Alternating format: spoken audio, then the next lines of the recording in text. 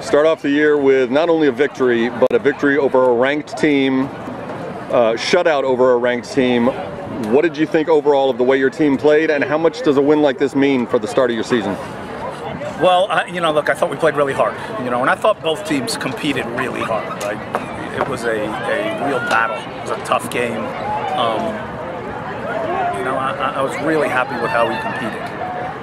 It's a really good win for us, and it gives us some confidence moving forward. It lets us know that we can compete on a high level, and we did compete for sure. At the start of any season, as a coach, you got to iron out some kinks, as every coach does, and you take them to overtime. What's your message to your team as they're still getting used to playing with each other, right, going into overtime? Yeah, I mean, our thought was, to try to push the Izzy a little bit higher, try to get the ball forward a little bit quicker. When you get in overtime in games like this, it's all like who's going to give in, and how tough are you, and that kind of thing. It was never a real pretty game. But again, as I've said many times here, our kids were really tough. Your game-winning goal comes from your senior captain, Claire Oates. And you said before the season that she's turning into the kind of player who can sort of do what you need, whether it's a big goal or a big defensive stop.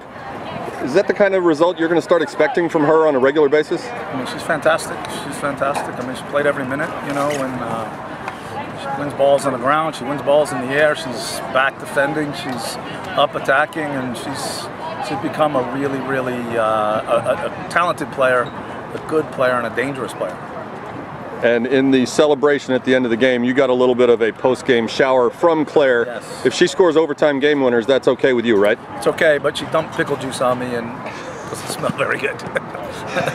On the other end of the field, you also pitched a shutout tonight. Yes. Katie Brown gets her first shutout, and you had a very young defense in front of her. Haley's a junior.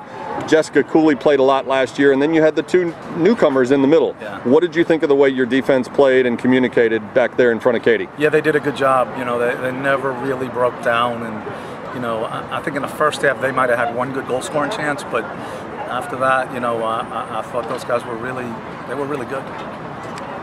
Other than obviously the game winner, what did you think of the offensive chances that your team was able to create? Yeah, I would have liked to see us create more in the run play.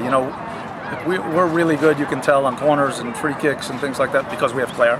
But there are other ones as well, but I'd like to see us create more in the run of play. They made it hard on us. Every time we tried to bring the ball down, they swarmed us. You made no secret of the fact that you wanted to raise the level of your schedule, your non-conference schedule anyway, and you've got two tough teams this weekend. Sunday you've got to regroup and face Oklahoma.